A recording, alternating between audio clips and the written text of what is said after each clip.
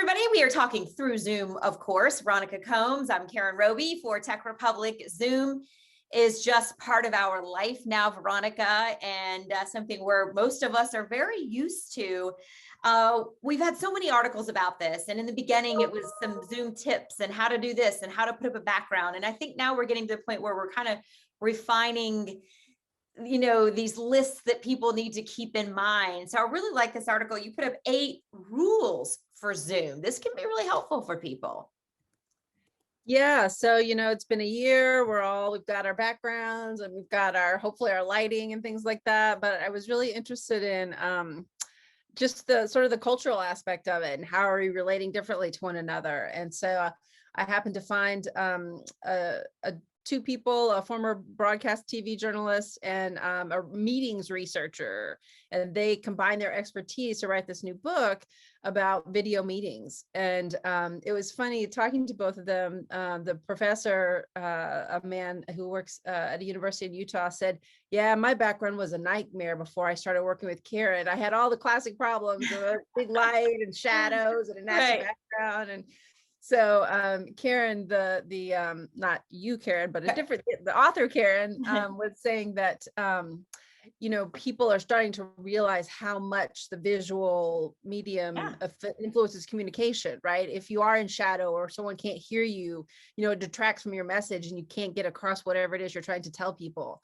So she was really, she said, it can be chaos outside your little Zoom square, but inside that square, you should have good light, you should have your camera on. I also talked to some HR leaders about this, and one woman said that they've started just saying, if you don't feel like being on camera, just tell everyone that. So up front, say, today is not an on-camera day for me, so I'm going to leave my camera off. I like that. Feel free to do whatever works for you today. So yeah, I think that's good advice too. Yeah, let's face it. There's just some days that you don't want people outside of your house seeing you, if you're just, and it's just one of those situations. Well, in terms of rules, Veronica, highlight which you think a couple of them that really stand out for you, or maybe, some that are take you by surprise. Maybe, I don't know. I feel like most of this we're kind of getting used to now. So some of it was just kind of simple mechanics. Like one, the professor who was, one of the co-authors with the book, he said, don't use the default meeting time. Everything doesn't have to be 30 minutes or 60 minutes. He said, you need to build a little humanity into your schedule and have like a 5-minute break or a 10-minute break between meetings, because, people need to get a drink. They need to go to the bathroom. They need to, put a load of laundry in, or they need to, he even said, prepare for the next meeting. If you're just going back to back to back, not only do you have Zoom fatigue, but you can't really contribute the way that you should. So that was interesting. Karen, the other author, said that not every meeting has to be a Zoom call. You really should think about your message. Is it just a short update that you can send via text or email? Is it a kind of meeting where it's one-on-one feedback that might be better delivered over the phone, or strategizing? She said, really think about what you're trying to get across, and don't just default to always email or always Zoom, but really think about, what you want to convey. And if you need to face-to-face, or if, a text message is simple, is better perhaps. And several employers said that interruptions are okay. Right now, maybe I know that you have 3 children and a small dog who barks a lot, and know that I have an 11-year-old who needs help with Zoom occasionally. So she said that it's really humanizing us to one another, and we're not just colleagues in a very formal sense, but we're human beings just trying to make the best of this and get through things as best we can.